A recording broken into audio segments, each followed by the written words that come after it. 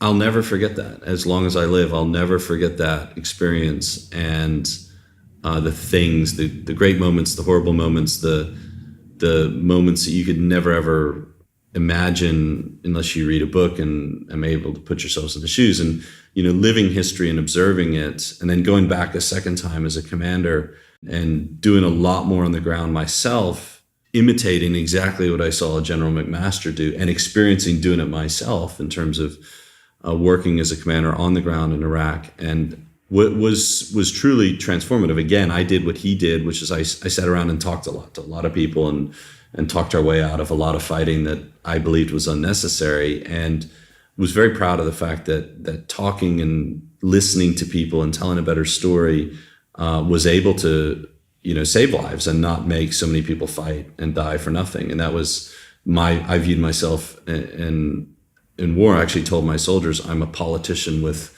140 soldiers with tanks, and I'm going to go out and be a politician and tell better stories and try and move people along because there's no reason to necessarily fight when you can get people to do it. And I actually wrote a letter, which is the best email I've ever written while I was in Iraq, that convinced a lot of people to turn themselves in or stop fighting with us because they realized they could work with us, and had to tell my soldiers, we don't need to fight all the time.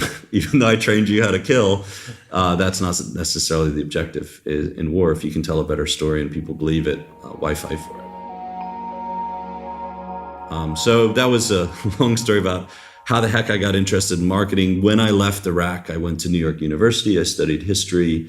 Dr. Yanni Katsonis, who I want to have on this podcast also, amazing mentor, shattered my mind when I thought about history. He's the guy who taught me that all stories are just fact-based fiction, which means none of them are really true.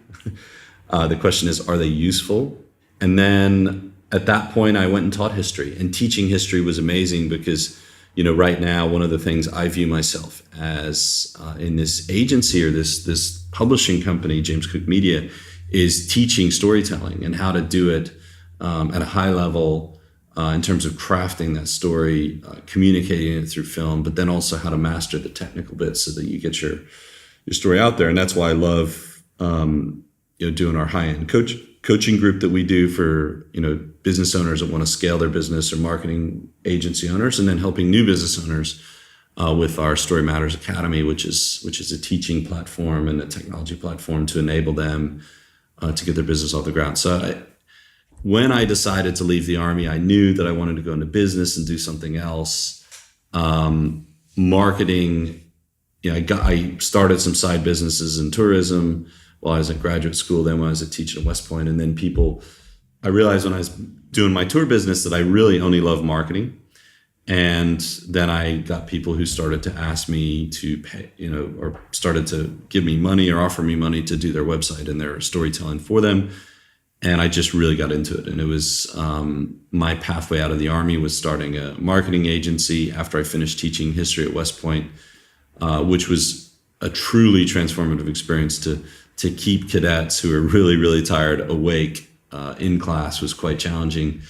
And to make them fall in love with history, Russian history at that, was really powerfully challenging and a great experience. So just learned the power of being a mentor at that point, helping transform people one at a time as a teacher, and then got out and started my agency. And that business journey I'll probably talk about in some other episodes. But yeah, that's how I got into marketing, and it's a weird path.